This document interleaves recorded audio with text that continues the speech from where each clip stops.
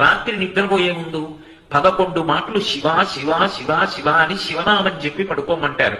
ఎందుకని? స్వల్పకాలిక ప్రళయానికి శంకరుడు అధిపతి. స్వల్పకాలిక ప్రళయం అంటే నిద్ర పట్టడం.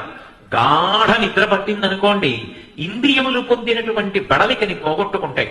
స్వల్పకాలిక ప్రళయానికి అధిపతి శంకరుడు కనుక నిద్ర రావడానికి ఉపకరణములను సిద్ధం చేసుకోగలరేమో, నిద్ర మాత్రం మీరు వచ్చేటట్టు చేసుకోలేరు. మెత్తటి తలగడా పెట్టుకోగలరేమో, మెత్తటి పరుపు మీద పడుకోగలరేమో, చక్కగా మీకు గాలి వచ్చేటటువంటి ఏర్పాటు చేసుకోగలరేమో, దోమలు మీరు పడుకున్న గదిలోకి ప్రవేశించకుండా నియంత్రించగలరేమో, నిద్ర పట్టేటట్టు మాత్రం చేసుకోగలిగినటువంటి శక్తి మనకి లేదు. నిద్ర పరమేశ్వర అనుగ్రహంగా పట్టాలి. ఒకసారి నీ నామం చెప్పి పడుకున్న తర్వాత ఇక మాట్లాడదు. భగవన్నామం చెప్పి పడుకున్నాడు, భగవన్నామం చెప్తూ నిద్రలిచ్చాడు.